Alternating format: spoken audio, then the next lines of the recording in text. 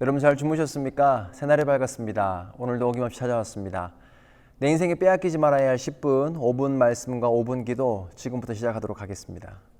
오늘 다 같이 볼 하나님 말씀은 마태복음 25장 24절부터 25절까지입니다. 그러나 한 달란트 받은 사람은 다가와서 말하였다. 주인님, 나는 주인이 굳은 분이시라. 심지 않은 데서 거두시고 뿌리지 않은 데서 모으시는 줄 알고 무서워하여 물러가서 그 달란트를 땅에 숨겨 두었습니다. 보십시오. 여기에 그 돈이 있으니 받으십시오. 오늘 말씀 제목은요, 하나님에 대한 오해에서 벗어나기란 제목입니다. 오늘 말씀은 또 달란트 비유를 들고 왔습니다. 우리 주일에 나눴죠. 주일에 달란트 비유를 가지고 총 두 가지를 정리해 보았습니다. 성도님들이 마지막 때에 이 땅에 살아갈 때 두 가지의 자세를 필요하다고 이야기했습니다. 첫 번째가 청지기적인 자세, 두 번째가 책임의식을 가지고 살아야 한다. 또 두 가지를 나눴거든요. 오늘 새벽에 또 이 달란트 비유를 통해 나눌 게 두 가지인데요. 이번에는 하나님의 관점에서 한번 두 가지를 더 살펴보려고 합니다. 첫 번째가 뭐냐면 하나님은 가난하시지 않다라는 겁니다. 두 번째는 우리를 기쁨의 자리로 초청하고 계신다는 사실입니다. 첫 번째입니다. 하나님은 가난하시지 않습니다. 20절에 5달란트를 받은 사람은 5달란트를 더 가지고 와서 말하기를 주인님, 주인께서 5달란트를 내게 맡기셨는데 보십시오. 5달란트를 더 벌었습니다 하였다. 지금 주인이 여행을 떠나기 전에 5달란트를 맡겼다고 이야기를 해요.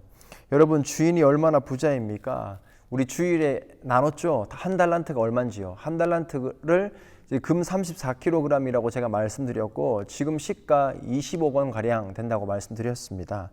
여러분 5달란트요. 5달란트는 한 100억 원 가량 됩니다. 여러분 이거를 지금 종에게 맡겼다. 그렇게 이야기를 합니다. 주인이 얼마큼 큰 부자일까요? 근데 그 주인의 대답을 보실래요? 21절 보시면 그의 주인이 그에게 말하였다. 잘했다. 착하고 신실한 종아, 네가 적은 일에 신실하였으니 이렇게 말하고 있습니다. 여러분 지금 100억 원 가량 되는 그 일을요, 적은 일 이렇게 이야기하고 있습니다. 여러분 주인의 스케일은요, 우리가 상상할 수 없는 어마어마한 큰 스케일을 가지고 있는 거예요. 엄청 큰 부자죠. 근데요, 그 한 달란트를 받은 종이 지금 뭐라고 하고 있는지 한번 볼게요. 24절에 그러나 한 달란트 받은 사람은 다가와서 말하였다.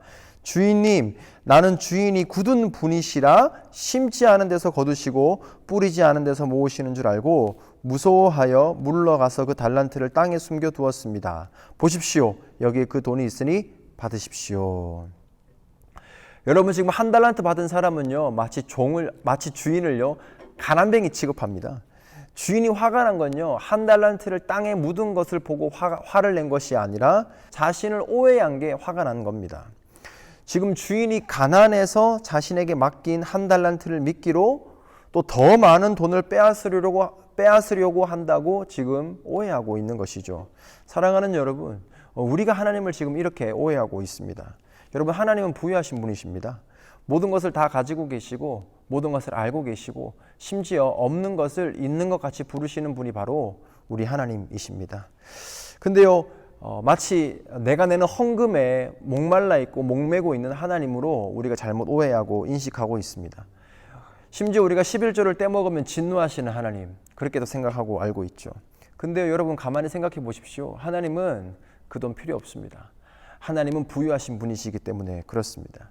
하나님이 진짜 우리에게 원하시는 것이 무엇이냐면 바로 마음을 원하시고 계십니다. 마가복음 12장에 여러분 이러한 내용이 있습니다. 두 렙돈의 헌금을 낸 과부의 이야기가 나옵니다. 예수님께서 이 두 렙돈의 헌금과 이 부자들이 낸 헌금을 비교하면서요, 뭐라고 말하냐면 이 과부의 헌금을 더 높게 칭찬하고 계십니다. 하나님은 진정으로 원하시는 것이 무엇이냐면 우리의 마음을 원하셨던 것입니다. 이제 두 번째로 생각해 볼 게 뭐냐면 하나님은요, 우리를 계속해서 기쁨의 자리로 초청하고 계시는 겁니다. 여러분 제가 한번 질문 드려보겠습니다. 주인이요, 종들에게 달란트를 맡긴 이유가 뭘까요? 자신의 돈을 잃어버릴까 봐요? 아니면 자기가 여행을 떠난 사이에 더 큰 이익을 창출하기 위해서 종들에게 돈을 맡겼을까요? 아니요. 종들이 진정으로 기뻐하고 행복한 모습을 보기 위해서 맡긴 것입니다. 21절과 23절에 지금 2달란트를 맡긴 종과 또 5달란트를 맡긴 종에게 동일한 칭찬을 하고 계시거든요. 그의 주인이 그에게 말하였다. 잘했다. 착하고 신실한 종아. 네가 적은 일에 신실하였으니 이제는 내가 많은 일을 내게 맡기겠다. 와서 주인과 함께 기쁨을 누려라. 여러분, 더 많은 일을 받으면 어떻게 됩니까? 부담스럽고 힘들잖아요. 근데 주인이 하는 말이 뭐예요? 내가 너에게 더 많은 일을 맡기겠다. 그러니 기쁨을 누려라. 여러분, 사실 곰곰이 한번 생각 한번 해보십시오. 저도 이 말을 자주 쓰거든요. 우리가 하나님 나라를 이루기 위해서 무언가를 열심히 해야 된다. 또 열심히 한다라는 말을 사실 저도 굉장히 자주 쓰는 말입니다. 이 말 뜻을 곰곰이 짚어보면요. 마치 내가 움직이지 않으면 하나님의 나라가 이루어지지 않는 것처럼 좀 생각되지 않습니까? 더 나아가서 내가 막 대단한 사람인 양 내가 하나님 나라를 이룬다는 개념으로 막 정의감에 불타잖아요. 우리는 이 말을 이렇게 생각하고 있잖아요. 근데 조금만 더 생각해 보면요, 사실 더 정확한 말이 있습니다. 그게 뭐냐면 오늘 본문에 입각해서 이렇게 말을 한번 바꿔볼 수 있어요.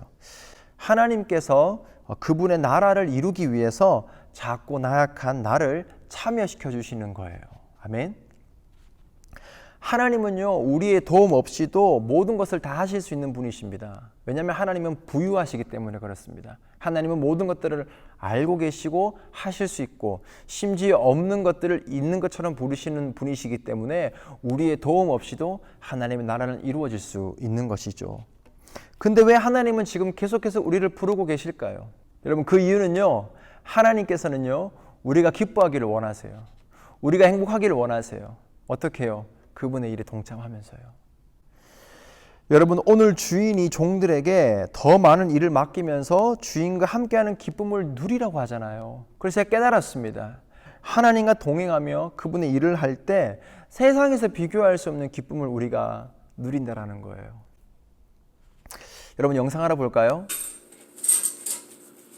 감사합니다. 주세요. 녀석. 내가 허리를 구부리지 않아도 좋아. 다만 시간에 수진이 되게 재밌어한다. 아이고. 고마워. 아이고 끝났다 우리 연슬이. 고마워. 박수. 네, 덜했어. 여기 덜했대. 여러분, 사실 불편해요. 제가 혼자 하면 훨씬 편하거든요. 근데요, 같이 하면 일이 더 많아지고요, 시간은 더 오래 걸립니다. 근데요, 함께 하니까 윤수리가 엄청 기뻐하더라고요.